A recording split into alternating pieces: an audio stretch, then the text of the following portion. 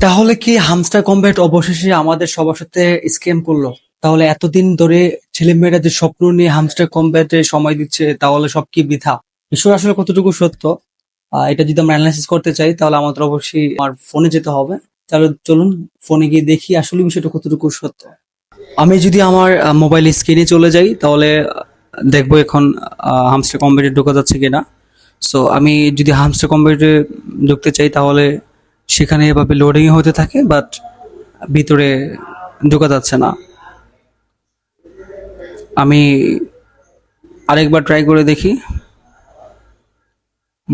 হচ্ছে না। সো চলুন আরেকটি মোবাইলে ঢোকা যাক। এটা আমার আরেকটি মোবাইল। চলুন দেখি এখানে ওপেন করা যায় কিনা। আমি যদি এখানে প্লে অপশনে ক্লিক করি, তাহলে দেখা যাচ্ছে যে ওয়েব পেজ নট অ্যাভেলেবল। তার মানে হামস্টার কমপ্লিট কি আমাদের সবার সাথে স্ক্যাম করলো? এটা কি আদৌ পসিবল? আমরা যতটুকু জানি, তারা তো ক্রিপ্টোকারেন্সিতে 3 নাম্বার আছে।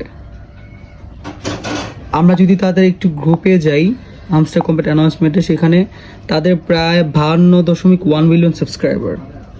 সো তারা স্ক্যাম করবে বিষয়টা। তাদের এখানে একটা অ্যানাউন্সমেন্ট আছে। আমরা যদি সেই অ্যানাউন্সমেন্টটা পড়ি, তাহলে হে সিউস, we are aware of the issues with the hamster complete app and we are working to resolve it as quickly as possible. So তাদের অ্যানাউন্সমেন্টটা পড়ে যতটুকু বুঝতে পারলাম, তাদের অ্যাপসের কোনো ইস্যু হচ্ছে, কোনো প্রবলেম হচ্ছে, আর তারা খুব দ্রুতই এটা সমাধান করবে। সো ভয় পাওয়ার কিচ্ছু নেই, হ্যামস্টার কমপ্যাট চলে যাচ্ছে না।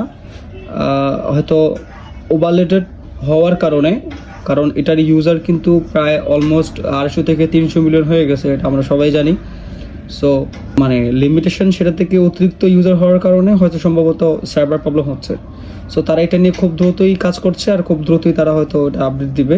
সো ভয় পাওয়ার কিছু নেই, যারা কাজ করতেছিলেন তারা নির্দ্বিধায় থাকতে পারেন। সো ভয় পাওয়ার কিছু নেই, সবাই ধৈর্য ধরে থাকুন। আশা করি খুব শীঘ্রই ভালো একটা নিউজ আমরা পাবো।